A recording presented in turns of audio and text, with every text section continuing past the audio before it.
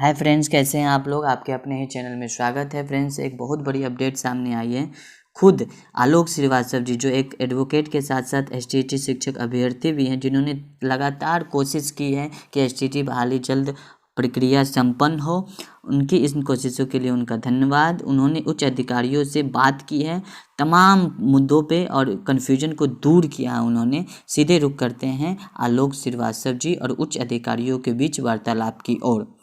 Friends, अगर आप हमारे चैनल पर नए हैं तो चैनल को सब्सक्राइब कर बेल आइकन प्रेस कर दे, ताकि आपको शिक्षा जगत से जुड़ी तमाम जानकारियाँ मिलती रहें।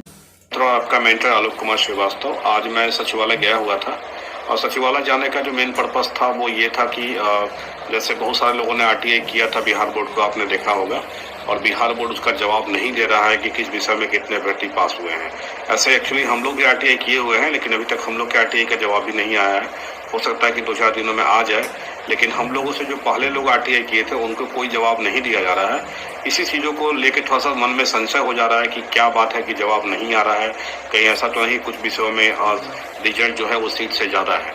और इसी क्रम में मैं आज मिलने गया था डायरेक्टर सेकेंडरी एजुकेशन से, लेकिन अनफॉर्चुनेटली आज मिल नहीं पाया वो। और कोविड प्रोटोकॉल को लेकर सब लोग मिलना नहीं चाह रहे हैं। कोई भी मतलब जो ऑफिसर हैं वो दूसरे लोगों से मिलना नहीं चाह रहे हैं। और शायद ऐसा कोई गाइडलाइन गवर्नमेंट का भी है कि किसी को भी मिलने नहीं देना है। इस कारण ये भी एक कारण हो सकता है। तो फिर अल्टीमेटली मैंने बहुत रिक्वेस्ट किया, तो कुछ नीचे के जो उनके ऑफिसर हैं जो एसटीटी के मामले को देख रहे हैं उनसे मिलवाया गया मुझे, और मैं मिला और सारी बातों को रखा मैंने वहाँ पे। अगेन वो फिर से वही बात रिपीट कर रहे हैं कि रिजल्ट सीट से ज़्यादा नहीं आ सकता है। जितना हमारी विज्ञापित सीटें हैं, स्पष्ट दिशा निर्देश है बिहार बोर्ड को कि जितना हम सीट दे रहे हैं उतना ही रिजल्ट देना है। क्योंकि होता क्या था, उनका कहना था कि पहले होता क्या था ना कि बस पासिंग मार्क्स से हम रिजल्ट दे देते थे और बहुत लोग का रिजल्ट हो जाता था और सीट रहता था कम, इससे परेशानी होती थी।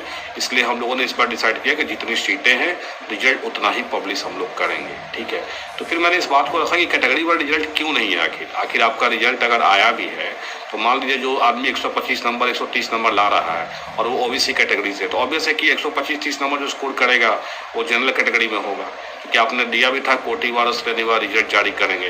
तो इस संदर्भ में उन्होंने कहा कि 3 विषयों का रिजल्ट अभी पेंडिंग है, जो आपको पता ही होगा, विज्ञान का, संस्कृत का और उर्दू का, कि वो 3 विषय का रिजल्ट जारी हो जाने दीजिए। उसके बाद सारी डाटा आपको मिलेगी, उसके बाद आप आरटीआई करिएगा विभाग को या बीएसएबी को, वो सारी जानकारियाँ देंगे।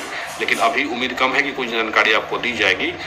कि ऐसा उन्होंने डेडलाइन बताया था कि 15 मई तक सारा चीज़ क्लियर हो जाएगा। आई मीन टू से कि 15 मई तक रिजल्ट भी आ जाएगा और किस विषय में कितना रिजल्ट है वो सारा डाटा भी वो दे देंगे। और लेकिन बार बार मैंने कहा, सेकंड पॉइंट जो था हम लोग के विज्ञापन में कि कोटिवार और श्रेणीवार मेरिट लिस्ट तैयार की जाएगी, इस संदर्भ में उन्होंने कहा। तो उन्होंने कहा कि रिजल्ट उतना ही है, बस वो मेरिट लिस्ट क्या है, वो मेरिट लिस्ट आपको पब्लिश होगा या जो भी होगा पब्लिक डोमेन में आएगा, या आप आके मुझसे मिल भी लीजिएगा, मैं आपको ये दिखा भी दूंगा क्या क्या रिजल्ट कितना कितना आया है।